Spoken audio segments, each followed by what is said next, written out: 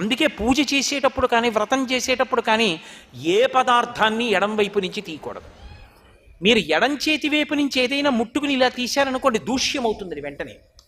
అంటే అసలు పవిత్రత లేదు. వస్తువులన్నీ కుడివైపు ఉంచుకోవాలి. వ్రతం చేసేటప్పుడు అన్నీ కుడివైపు పెట్టుకుని కూర్చోవాలి. మీరు ఏది తీయండి కుడి చేతి వైపు నుంచే తీయాలి తప్ప ఎడం చేత్తో తీసి కుడి చేత్తో పట్టుకోకూడదు. కాబట్టి ప్రదక్షిణం. ఇప్పుడు అమ్మవారు మధ్యలో ఉంది, చుట్టూ తిరుగుతున్నారు గుండ్రంగా. తిరుగుతున్నప్పుడు ఆవిడ కుడి చేతి వైపుకుంది, కానీ తిరుగుతున్నప్పుడు పదఘట్టనము వినపడకూడదు.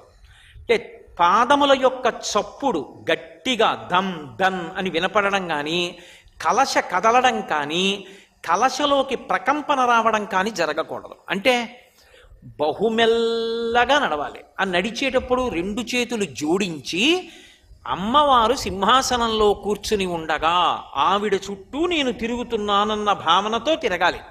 3 మార్లు తిరిగి పంచాంగ నమస్కారం చెయ్యాలి. ఆడవారికి సాష్టాంగ నమస్కారం లేదు, ఒక్క పురుషుడికే సాష్టాంగ నమస్కారం. ఏమైంది చారుమతి వృత్తాంతంలో? ఆమె ప్రదక్షిణం చేస్తోంది. ప్రదక్షిణం చేస్తున్నప్పుడు ఒక మాట చెప్పారు. వాళ్ళకి ఆవిడ చేస్తోందని నమ్మి, ఆవిడ లక్ష్మీదేవి నాకు ఇలా చెప్పిందంటే అత్తమామలు ప్రోత్సహించారు, భర్త ప్రోత్సహించాడు, నువ్వు అలాగే చెయ్యన్నారు.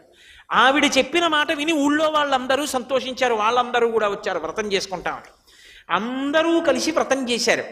అందరూ కలిసి వ్రతం చేసి అమ్మవారికి ప్రదక్షిణ చేస్తున్నారు. ఏమొచ్చిందప్పుడు? వాళ్ళకి ఆభరణములు అమరై.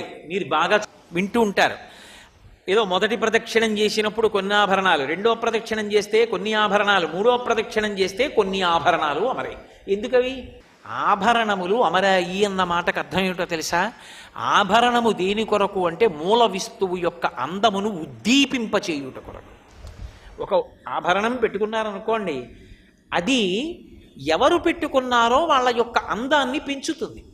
ఇక్కడ బాహ్యంలో అందం పెంచడం ఒకెత్తు, ఆంతరమైన అందం పెరుగుతోంది. కాళ్ళకి మంజీరములు వచ్చాయి. కాళ్ళకి మంజీరములు వస్తే ఏమవుతుంది? ఆమె ఆ ఇంట లక్ష్మి. ఆమె నడిచి వెడుతోందనుకోండి, పాద మంజీరముల యొక్క ధ్వనులు వినపడాలి.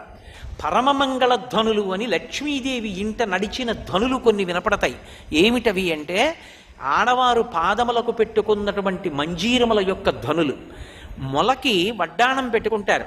మేఖల అంటే ఆడవారు పెట్టుకుంటే దానికి చిరుగంటలు ఉండాలి. కొణత్కాంచీదామాకరికలభ కుంభస్తననత పరీక్షీణ మధ్యే పరిణత శరచంద్రవదన అని వర్ణిస్తారు శంకరాచార్యులు వారి సౌందర్యలహరిలో.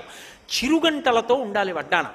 తప్ప అసలు ఏమీ లేకుండా పెట్టుకుంటే అది బెల్ట్ అంటారు. అది మగవాళ్ళు పెట్టుకుంటారు బెల్ట్, పంచె జారిపోకుండా పైన పెట్టుకుంటారు. తప్ప ఆడవారు బెల్ట్ కాదు పెట్టుకునేది, వడ్డాణం పెట్టుకుంటారు. వడ్డాణం అంటే కేవలం నడుములతో పెట్టుకునేది కాదు, చిరుగంటలతో కూడుకుని ఉంటుంది. సర్వం శ్రీ ఉమామహేశ్వర పరబ్రహ్మార్పణమస్తు. స్వస్తి.